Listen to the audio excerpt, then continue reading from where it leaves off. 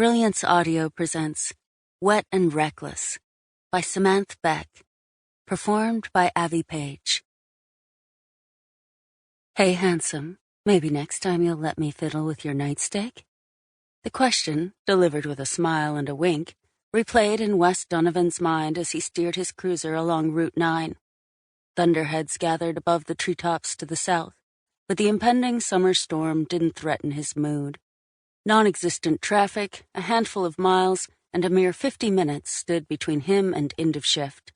An hour from now, he could be down at Raleigh's pub enjoying a hot meal, a cold beer, and if things went his way, a cocktail waitress with a little kink for cops. She'd been very friendly last Friday when he'd gone for happy hour with fellow officers of the newly established Bluelick PD. He rounded a curve just as the first fat raindrop splattered on his windshield, and the cruiser's headlights caught a figure standing by the side of the road. It didn't take law enforcement training to know everything about this particular figure spelled disaster, from the skimpy top sliding off slender shoulders to the tiny skirt ending high on coltish legs. And the exclamation point on this living, breathing dress code violation?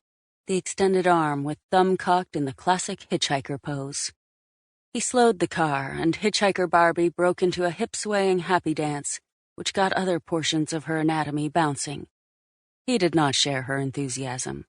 Plans for a hot meal, cold beer, and obliging waitress slipped down a few notches on his timeline. He pulled onto the shoulder and killed the engine.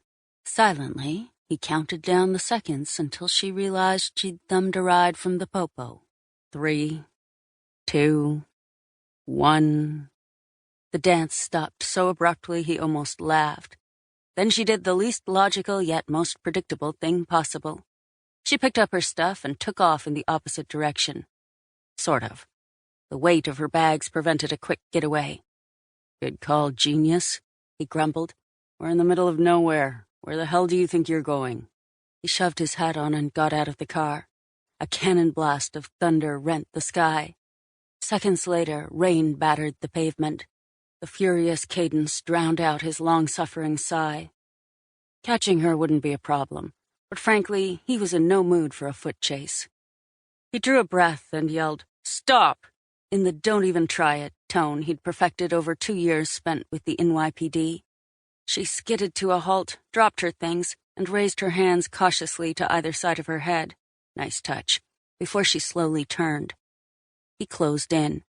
Not fast, not slow, but at a deliberate pace intended to discourage her from succumbing to the flight instinct again. Maybe he looked a little too intimidating, because at about 3 feet out, she swayed. He moved quickly and managed to catch her before she hit the asphalt. Even as dead weight, there wasn't much to her. When had she last eaten a decent meal? His concern for her well-being escalated as he hefted her into his arms and her head rolled toward him. A pale cheek settled against his biceps, at the same time a soft breast nestled against his chest, then shifted slightly with each steady, unlabored breath she took. This imparted 2 important pieces of information. Normal respiration, which relieved a fractional measure of his initial concern, and while young, she wasn't a teen. Also a relief. No need to bring social services into the mix. He carried her to the cruiser and laid her boneless body across the back seat. Her small build had fooled him into mistaking her for a minor. Also, her outfit practically begged for a week in detention. A decades-old, black and red Tom Petty and the Heartbreakers tour t-shirt someone had decided looked better as a tank top hung on her like a sloppy hug from a drunk ex-boyfriend, showing off glimpses of a red lace bra beneath. The jean skirt was straight out of the Daisy Duke style guide. Threads from the ragged hem contrasted with sun-kissed thighs. Scuffed black motorcycle boots put the finishing touch on an ensemble guaranteed to induce a seizure in any self-respecting parent.